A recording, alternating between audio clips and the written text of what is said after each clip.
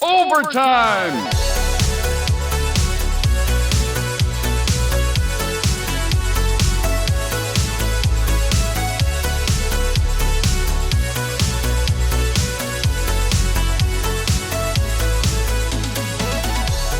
Hey guys, welcome back to Overtime Arcade. I'm Charlie, and if you're a regular viewer of the channel, you'll know that lately I've been working on trying to get this terrible Matsushita monitor to run properly again. I got this from my buddy in Overtime Arcade channel member Jumping General like last summer, I think. Anyway, if you saw the latest short that I released, the most recent issue that I've been having is it'll run, but the B plus is too low. And it's not adjustable. It's not 123 volts like it's supposed to be. But guys, I figured it out. So basically, I recall the last time I was working on one of these, it draws these Matsushita TM202G monitors. They draw more current, more amperage than most regular 19-inch color raster monitors. So when I was working on one of these for my Irish Kangaroo a couple years ago, I couldn't run it off of my my workbench test isolation transformer. I had to use the isolation transformer from the monitor for it to work properly, which is why I had been testing this one on my Pac-Man isolation transformer. And even with that, it was too low, it wasn't adjustable. I was racking my brain, trying all kinds of stuff, testing every single, passive component in the B plus regulator circuit to no avail. And guys, I figured it out. All I had to do was hook it up to the ISO in my Mortal Kombat 2 cabinet, which is designed to run a 25-inch K7000, and it started working perfectly. The B plus is exactly where it was supposed to be. I can adjust it, it's perfect. And so yeah, just a word to the wise, if you ever feel compelled to beat yourself up and work on a Matsushita monitor, make sure it's got a real big honking isolation transformer. The 120s that you get from various online resellers often aren't going to be enough, and even ones like the Midway, that'll run a regular 19-inch K7000 or whatever, 4600, 4900 in a Pac-Man cabinet, aren't going to do it. So if your B plus is low, not adjustable, and you can't find anything else wrong, it could be the isolation transformer. But guys, that is not at all what our focus of today's episode is.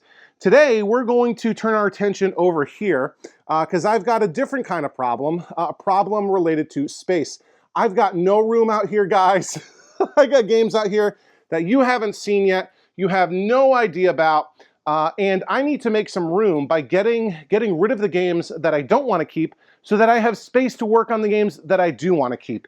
And so one of the games that I think I'm going to get rid of is that Pac-Man upright cabinet that I just showed you, or at least I showed the back of it, because I've also got a Pac-Man Mini, a Pac-Man Cabaret. I had all kinds of Pac-Mans, but I think the one that I'm going to keep, the one that I'm going to hold on to is a Pac-Man Mini, so I'm going to get rid of this upright. But before I get rid of it, I want to kind of get it sort of working nice. I bought this as a working project. When I got it, the monitor looked sort of like this. Here's what it looked like when I picked this thing up. Again, I think I got this last summer. And the board is working, the monitor is running, but it's got some issues. There's some tearing. It might actually be a board issue, I don't know. I hope it's a monitor issue, and there's way too much green. Anyway, we're gonna try to get that monitor sorted out. That's the first thing that we're going to do today. Now, I already got a bit of a head start. I pulled in a members only live stream. Every month for channel members, I do a monthly members only live stream. And the one that I did right at the end of July, for the month of July, I pulled this chassis out of this K7000 and I did a cap kit on it. So I replaced all of the caps on the monitor. You can see, there's little red crosses that I put on the tops of the caps just so I can track with those red marks, which ones I've replaced while I'm going. I also reflowed the headers, did some basic stuff like that. That was all in a members only live stream. So if you want to check that out and you're not a channel member, click that join button down below to become a channel member. And one of the perks that you get for your $1.99 a month is a monthly members only live stream. And you don't have to watch it live. You can go back and watch it anytime you want. So did a cap kit. I've done K7000 cap kits before, so pretty typical. There's a couple of weird things going on with this monitor. First and foremost, this is obviously not the original monitor that came in a Pac-Man. So most Pac-Man monitors, or most Pac-Man cabinets, as far as I know, would have come with like a 4600. Maybe some of the later ones might have been a 4900, I don't know. My My Pac-Man Mini has a 13-inch G07 FBO, so maybe there were some 19-inch G07 CBOs in Pac-Man uprights. But anyway, most likely a 4600.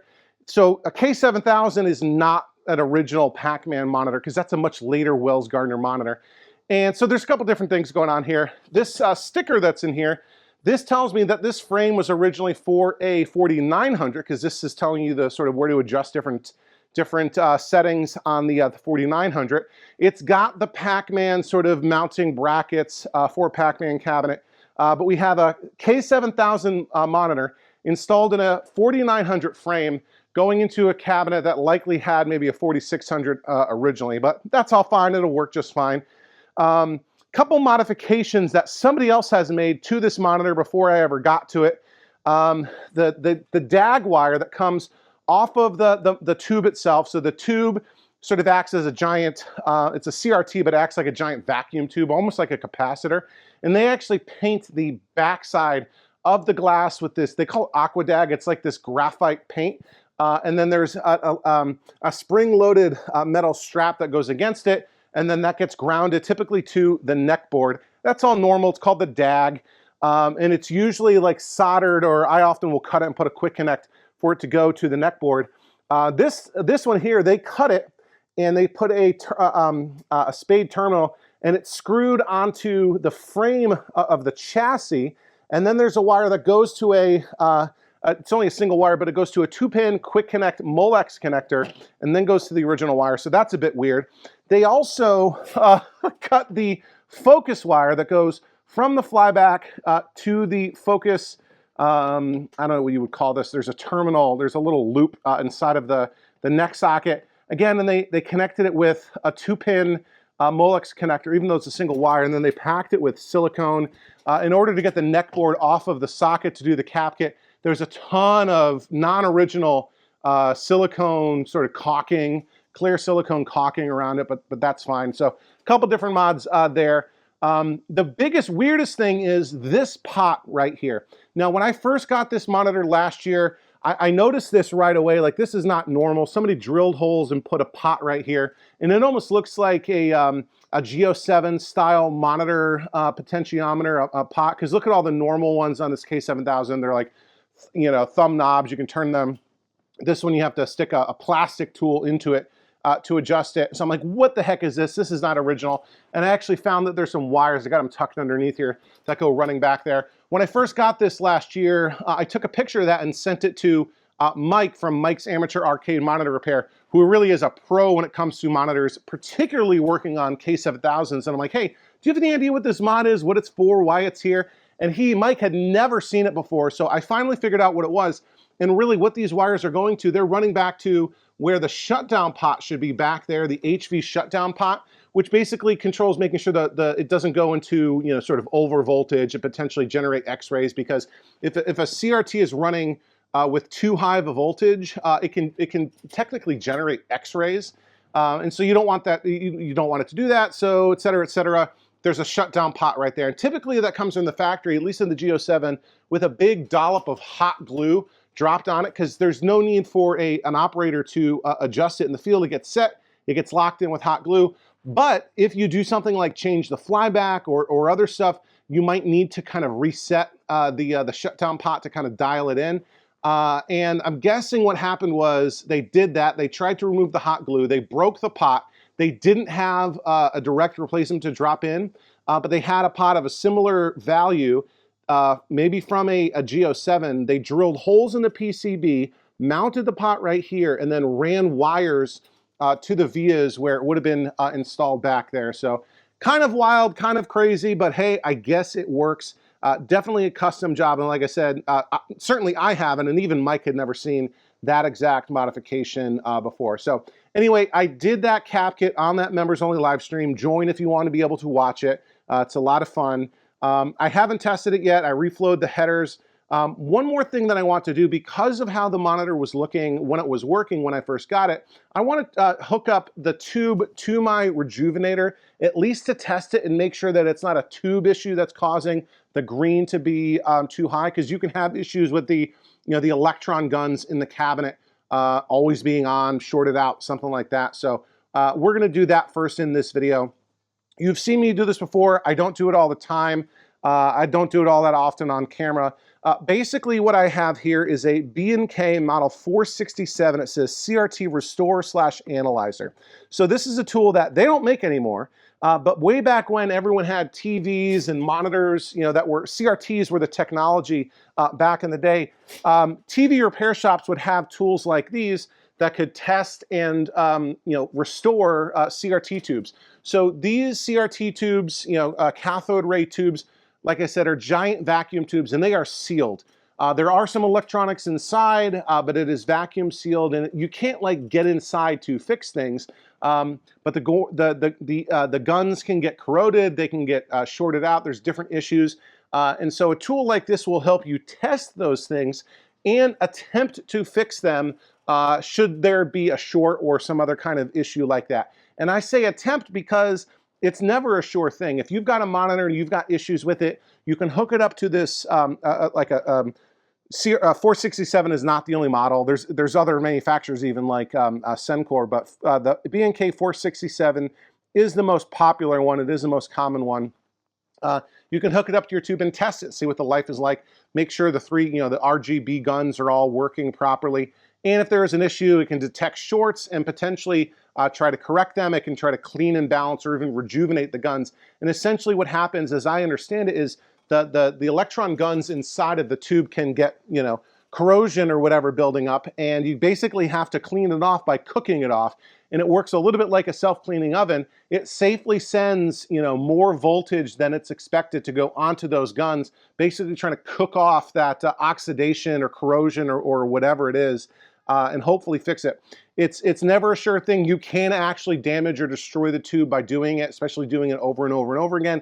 I've always thought of it as kind of like a defibrillator, basically jump starting someone's heart. Yeah, you might get it beating again, but it's still not in great shape and almost on its last leg. So you can squeeze some life out of these tubes with a tool like this. But you can also use it just for testing and to confirm that the tube is working properly.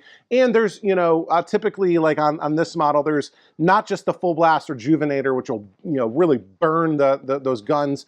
There's a clean and balance mode, which is sort of a kinder, gentler way to do it. So like I said, you've probably seen me do this before, but essentially what you need to do is figure out exactly what tube you have. So most tubes are going to have some sort of sticker like this one right here that'll tell you exactly what the tube is.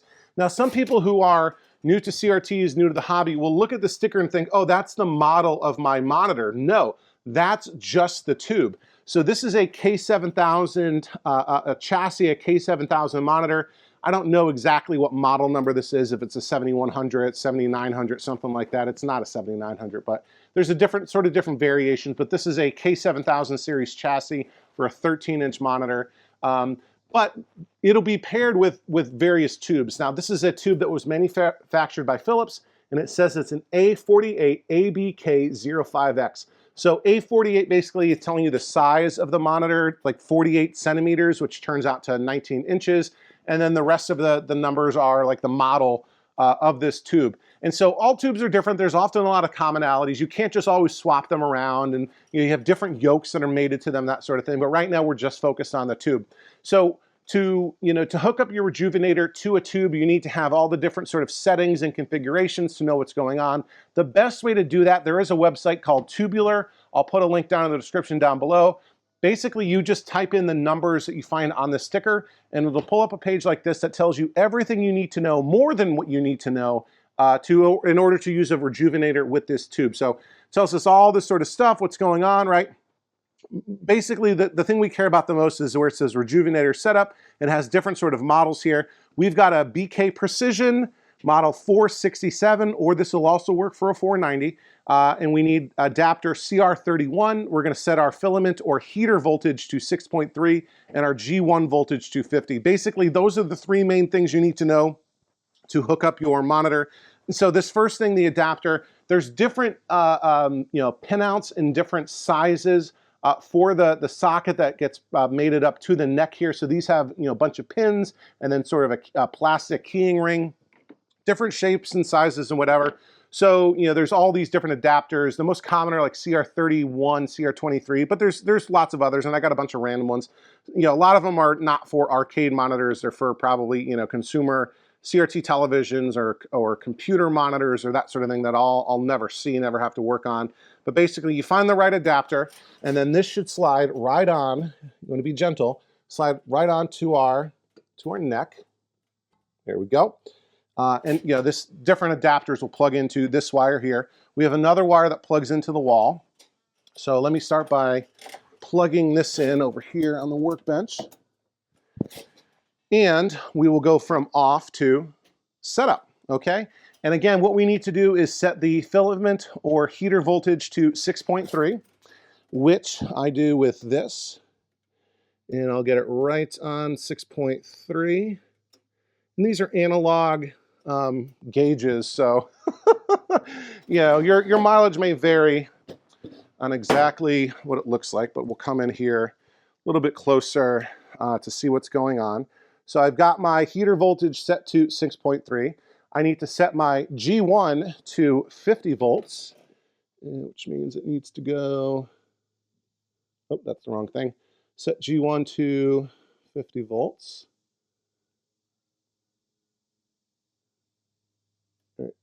There, looks good. And let's see, we'll set up our set our cutoffs. And basically, the instructions are kind of confusing, but it says you need to turn it to the first division, which is really just the first tick on the gauge for each color. This one's really jumpy right here. I'm not shocked because this is the green. This is the one we were having issues with. But all the guns are moving, which is a good sign. Let me make sure these are all where they're supposed to be. And the shadows in the garage aren't helping. So that's good. And we can go to test. And the green actually looks the best. Red and blue are sort of on the border between green and yellow. So what we can do here is go to restore. Looking here, I can see that there aren't any lights on for shorts or whatever. The heater light is on, and I can't remember if that's normal. I can see I do have neck load. If I didn't have heater voltage, I wouldn't, you know, have an image on the screen at all. So I think that's okay. So I've got it over on the restore tab. I've got it set to clean and balance, not rejuvenate. And you know, basically, I'm going to hit each one of these electron guns and try to, you know, clean it with the rejuvenator. And hopefully that we can go. We'll test it again. Hopefully everything's okay. So I'll start with the red. We'll hold it down. And I usually would go until it hits yellow, but you know, Bruce, who is really the guru when it comes to these, says you can wait until it goes all the way down to red, but I just don't like doing that. For this one here, it starts in the yellow. We'll hold it down, let it run a little bit. There we go. We'll do blue. Ooh, that's jumping around a bit. Sometimes you'll see a bit of a light show in the neck of the tube of, you know, things cooking off basically. And we go back to set cutoff, and again put it to the first division, which is I got a bug around my head. And the shadows in the garage really kind of mess with my ability to see where the gauge is. Right there looks good.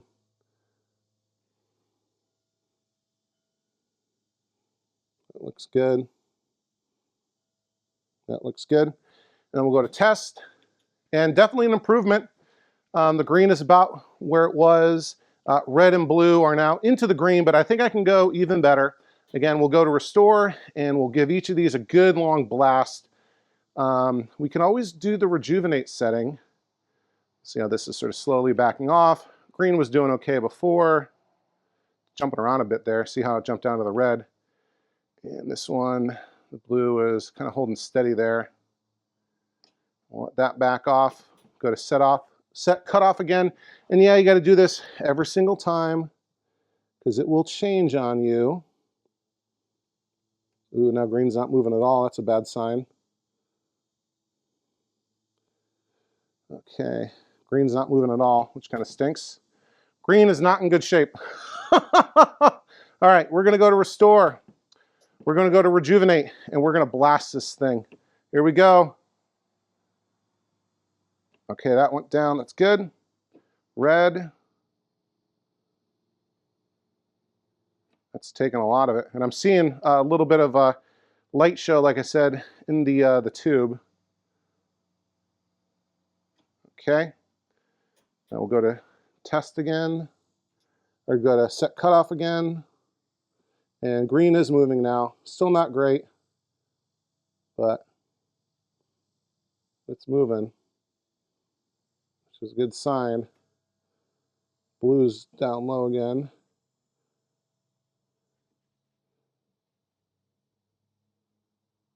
Okay. How's our test? Blue's all messed up. Green's good now. Red maybe needs a little bit more. So we'll hit blue. Again, I'm on Rejuvenate. And that was good. We'll hit red one more time. Definitely some lights in the neck. Ha! Okay. I might have just cooked the red. Green is good. Blue's moving a bunch more now. Test. That all looks pretty good. I'm actually going to clean and balance them one more time though. We'll do this here with red. Whoops. Clean and balance. We'll hit this red a little bit. Here we go. Do the green for just good measure. And the blue. Back to set cutoff. And I might be, red is totally not moving. Well, it's barely moving. Green's got a lot more movement. We might need to hit Rejuvenate. Blue's got a ton of movement. Go to test. I'm going to Rejuvenate the red. And let me show you one more time. See if you pick up the light show that's going on in the tube right over here. Here we go. I'm holding down the red to Rejuvenate. Yeah, you can see that. Okay. Now, that was a lot less than before, and it had good movement.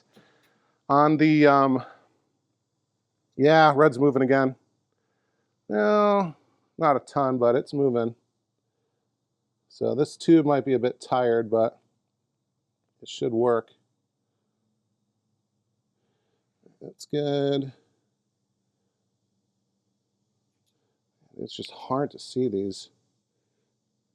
Okay, test. Here we go, they're all solidly in the green. I think I'm going to do clean and balance one more time on red, just to be sure. I'll hit the remove shorts button, just in case. But I'll do red, clean and balance. All right, back to set cutoff. Again, red has very little range here, but at least it's moving. The other two look like they're still good. All right, I think that's okay. I think the red gun is probably the weakest. I don't want to rejuvenate it anymore because that could actually cause issues, like I said. So we'll go ahead and turn this off. I'm going to call this tube okay. So let me plug everything back together. I'm just going to, disconnect the rejuvenator adapter. I'll plug the anode cup back in. Put the neck board back on, and then we'll get hooked up to the video. Well, actually, we'll hook up my test pattern generator. We'll test this on the bench and make sure everything looks okay. All right, I've got this K7000 monitor all hooked up and ready to be tested. The neck board's back on, the anode cup from the flyback is back on, and I've got power, multimeter, and TPG ready to go. So we're going to be powering it on the test bench with my homemade portable isolation transformer compact power supply. This basically just provides isolated AC power to the monitor, which is what it needs. You can't just hook it up directly to the voltage coming out of your wall outlets. It needs to go through an isolation transformer, so that's what we've got here, hooked up, ready to go. We have our multimeter. This is my Fluke 117 hooked up to measure the B+ voltage. You can almost think of the B+ voltage as the pulse or the blood pressure of the monitor. If the B+ isn't happy, the monitor is not going to be working properly. So I've got my black lead of the multimeter connected to the monitor frame, and it's different for every monitor, but the red one goes to the large ceramic resistor on the side, the blue wire, the terminal hooked up to the blue wire. And we're going to be looking for 123 volts on the B+. It's different for different monitors, even the K7000. The 13 and 19 inch are 123 volts, but the 25 inch should be 130 volts. Every monitor is different, sort of, both in terms of what the V plus is supposed to be and where you need to measure it. And I've got my Crafty Mech test pattern generator, the TPG, hooked up to the video inputs to provide a signal to the monitor. So I think we are ready to go. So we'll turn on the TPG. We'll turn on the multimeter, set it to DC volts, looking for 123 right here. And we're gonna hit the power in 3, 2, 1. I heard the HV come on. The B plus is maybe a tad low, right around 122. Nothing to be worried about. And I've got no image on the screen as of yet. But maybe the brightness or whatnot is too low. So I'll put you there looking at the screen, and I will turn up the, let's see, turn up the screen pot on the monitor, and I'll see if I can see anything. There we go, look at that. How's that? Got a decent image there, and all of our colors, contrast is a little bit wonky. Let me adjust that real quick. Just as I notice the red is sort of, that's not the contrast. See how the red is sort of over there. Let's jump through these. Okay, maybe got a little too much blue. We have some, yeah, there's too much blue. So here's what we're gonna do. We'll come over here, and actually I'll leave you looking at the monitor. We'll actually come in here a little bit closer so you can sort of see the progress I make as we do this. I do need to change the shutter speed on the monitor. Hang on. Okay, there we go. I've got the monitor manually set for the shutter speed. And we are going to color balance the monitor here. So the procedure that I'm going to follow is from the K7000 manual. You can see it right here. I got a bunch of steps that are crossed out. This is page 8 of the K7000 manual from Wells Gardner. There's a bunch of steps in here talking about, hey, an oscilloscope and grounding things. You don't need to worry about that, just because this is basically, these instructions are designed for if you don't have a test pattern generator, which we do, so we don't really have to follow it. So what we'll do, we'll start by, at step 4, it says set all 3 drive controls for red, green, and blue to the midpoints of rotation. I've already done that before hooking it up. And it says set the screen and RGB cutoff controls to their minimum fully counterclockwise position. So I'm actually going to turn the screen pot all the way down too. All right, so screen is extinguished. It says, so screen and the cutoff controls are all minimum fully counterclockwise. If this white balances procedure is required because the CRT neckboard was replaced, then leave the contrast controls original setting. If contrast is known to be out of adjustment, set it at center. So why don't I do that, because I was messing with that just a second ago. We'll leave contrast right in the middle.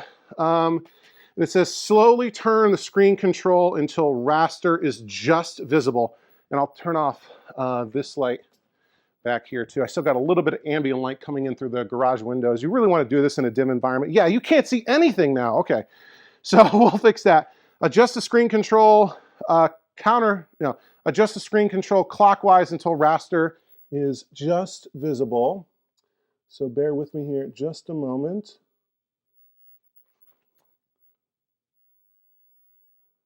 Right there. Maybe even a little bit lower.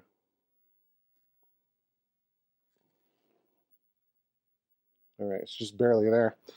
The color of this raster is called the lead color gun. Actually, let me put it on a white screen. And yeah, blue is our lead color. Lead color gun. Do not adjust its cutoff. It must remain fully counterclockwise.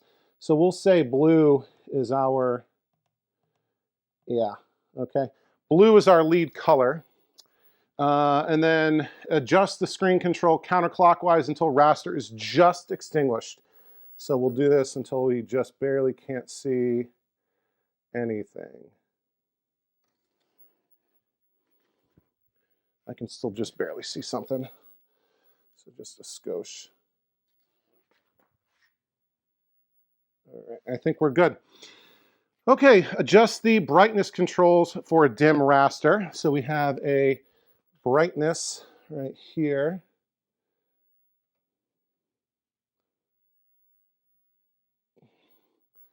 For dim raster.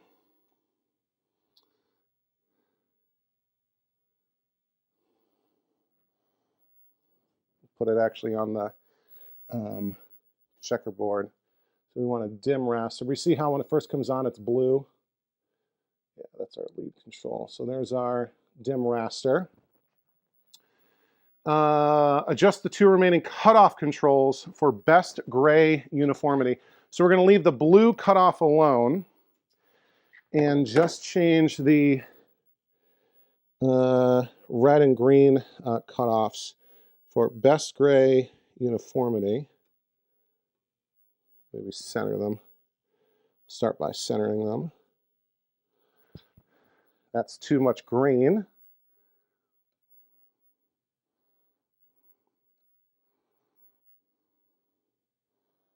It's too much red. It's too much green.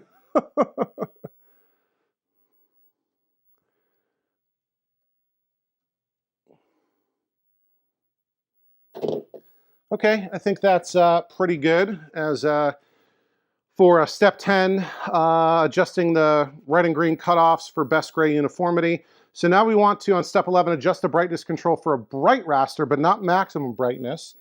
So this would be max brightness right there. We don't want that. So maybe we'll make it until that goes away right there.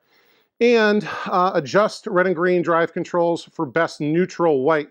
Try not to adjust blue. So we'll do that here. Ooh, see that? Jumps out like that. I don't like that. And we'll do the red one. And I have my TV adjustment tool here. See how the red jumps out? Maybe we can go a bit higher, back off, and then see if we can adjust that drive out. Yeah.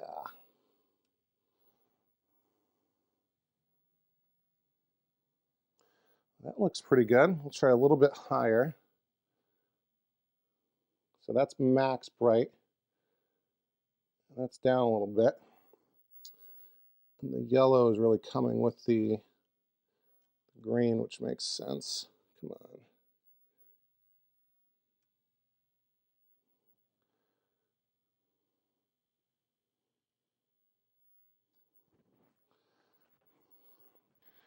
Maybe we want to change the red just ever so slightly.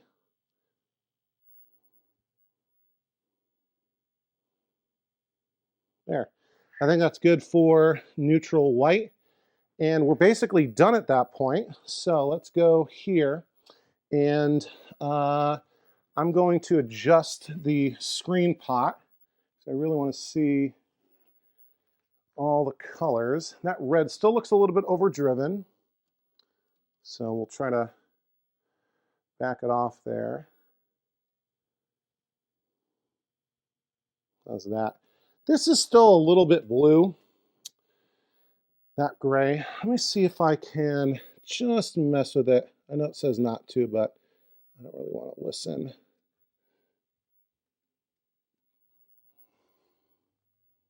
There we go. That looks good. Nice and bright. It looks even better on camera than it does in person. I think that's pretty darn good. Step through a little bit. And of course, we can dial in things perfectly once we get to the... Ooh, that's too blue. Let's see. How can I bring that blue down? Maybe with the drive. And now it's too green. And we'll bring the green down just a scotch. And we'll bring the brightness down just a scotch.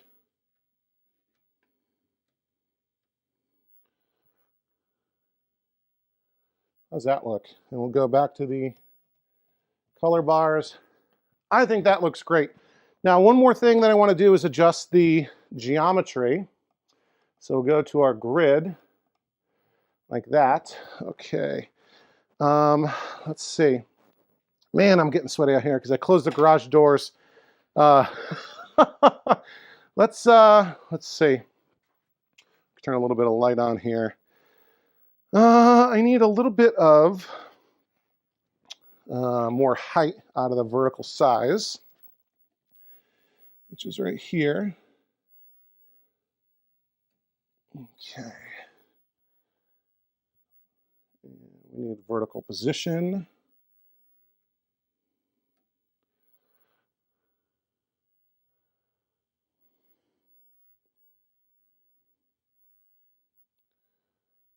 That looks pretty good.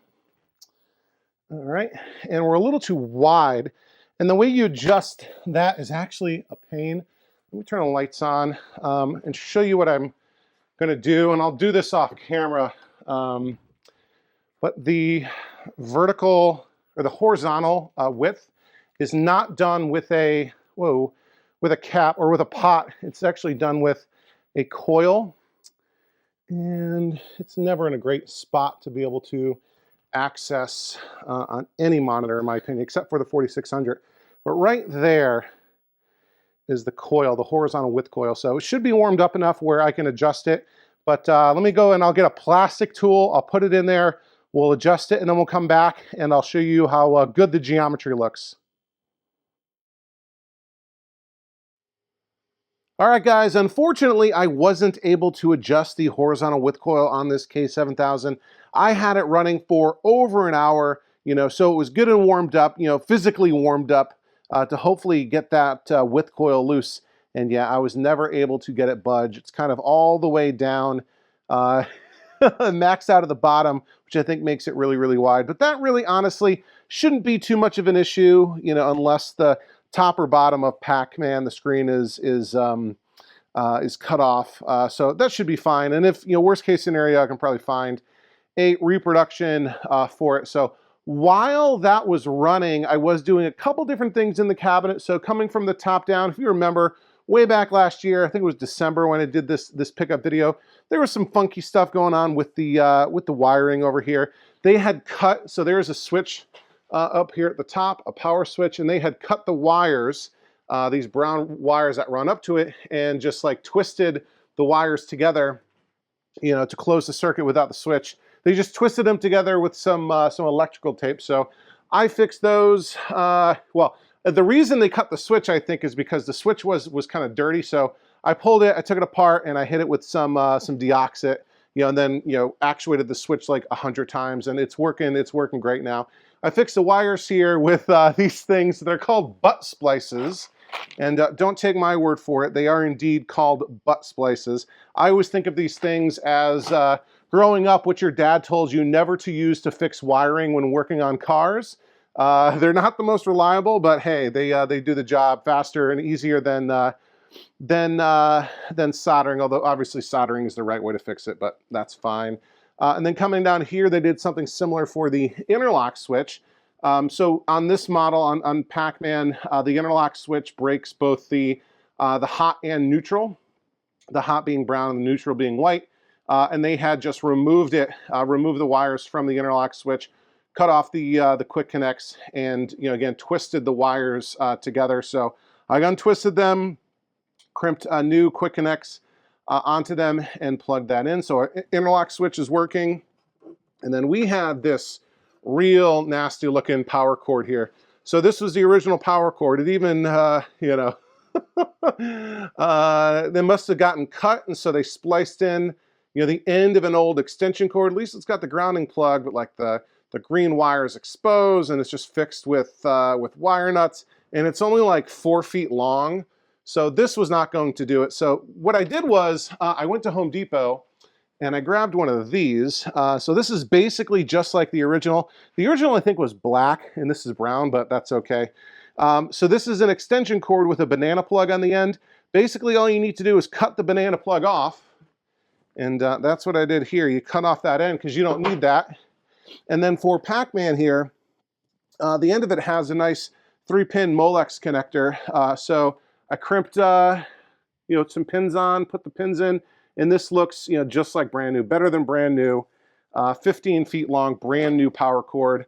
That's all plugged in and good to go. And lastly, I can't remember if I did this before, I pulled the board out, made sure all of the socketed chips were pushed in nice and tight, and I cleaned the edge connector. So we should, in theory, be in good shape here to fire this bad boy up once we get the monitor in. Get the monitor back into the cabinet, fire it up, and hopefully we've got a better image than we did before. So let me disconnect the TPG, test pattern generator, from the monitor, unplug the power cord, and I think we're in business. So, bump the camera. We'll take it like this. Oh man. And slide this sucker. I can see the tube face is dusty. Slide this sucker back in carefully. Don't want it falling like it did when we got it. You guys remember that? Did you watch that first video? I know. It's I've been kind of, I don't know. The sequences of my videos is all messed up. All right, that looks good. We will bolt it in later. Well, let's come down here now, and I'll show you how we get it all plugged in and hooked up. Take the tripod all the way down. You can see exactly what's going on here. Okay, here we go. Okay, so first things first, let's connect the power. So that goes here. This is sort of a mismatch connector, but it'll work. That's how it was. Here's the ground clip. Okay, and here are our video connectors that go like this. And like this. So, in theory, we should be in business. Okay, we'll come all the way back out here again, because I need to pull this cabinet out. Okay. Is this exciting? Is this thrilling stuff? Get us all the way so it doesn't fall on us. And we'll pull Pac-Man out. Still have a few things left to do, but mostly, I think, mostly cosmetic at this point. All right, put that there.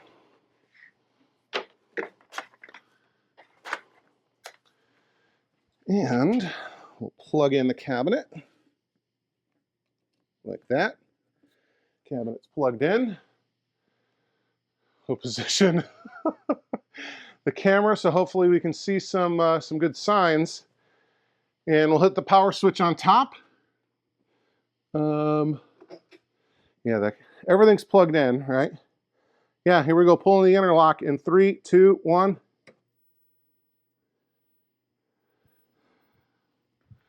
Let's see. Do we get anything? Holy cow, guys! Let me turn off the lights. Holy cow! Ho, ho, ho, ho. That looks good. Oop, shaking a little bit. And we have some lines through some of the sprites. Right here. Come in like this. There's a few sprites that have lines through them. Most notably right now, the, the blue ghosts, or the monsters. Come on. Maybe, yeah, the bottom's cut off a little bit. You can see Pac-Man's off the screen. I was trying to position this to see everything. All right, so we got a little bit of work here to do. We got to figure out this width. I guess Pac-Man and the monsters have lines through the sprites, vertical lines through the sprites. We'll get all that figured out. But for now it's pretty good. Let me see if I can coin up. Nope. I bumped the, what you call it? I bumped the slam switch, and that reset the circuit, reset the game, which is what it's supposed to do. See any sound? No. No sound. Let me see if I can turn up the sound. Okay, no sound whatsoever, and I can't remember if I had sound before. So monitor looks good, except for it's too wide, which makes the image too tall because it's a vertical orientation. I got Pac-Man safe where no one's going to catch him. But we have at least two issues with, I'm assuming, with the board. The first is vertical lines through Pac-Man and the ghosts, or the monsters, through those sprites. Are those the motion sprites? We've got, like, the convergence isn't great down here, but that's okay. And we've got no sound, so I'll have to figure that out. Let me go and waste my lives here. And then we'll play one quick round of Pac-Man.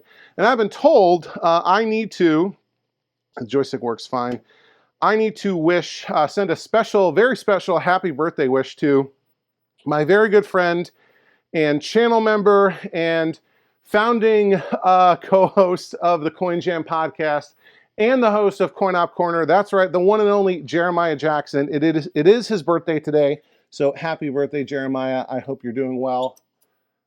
Did that put a credit on that switch? Oh, that one didn't. But this one's working. Okay, so happy birthday, Jeremiah. Let's play some Pac-Man with no sound. So, all right, guys, I got a little bit of work left to do here. Nice and slow Pac-Man. Joystick feels okay, maybe a little blown out. I'll take a look at that grommet another time. Oh, I was talking and not paying attention. But yeah, so we'll be able to finish this, I'm assuming, in one more episode. One of the light bulbs is out, so we'll have to replace that. And yeah, this uses regular old light bulbs, not a fluorescent light. Oh man, I'm playing terrible. Yeah, let me just, I'm not gonna die on the first board.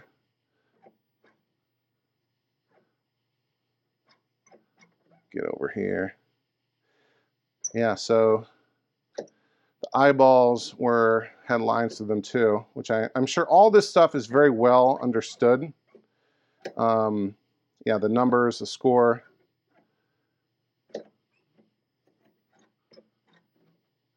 Everything is really well understood. All the common issues with Pac-Man and Miss Pac-Man.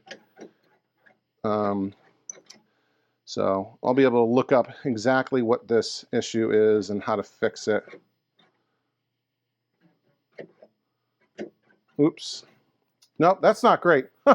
So hopefully we'll be able to fix this in one more video. And yeah, this is not the how to play Pac-Man video. That's not something that I am skilled enough and able to do, but yeah, so one more video and this Pac-Man cabinet will be ready to go. And I got a bug inside of the marquee. Look at that. I don't know if you'll see it. Yeah, right here.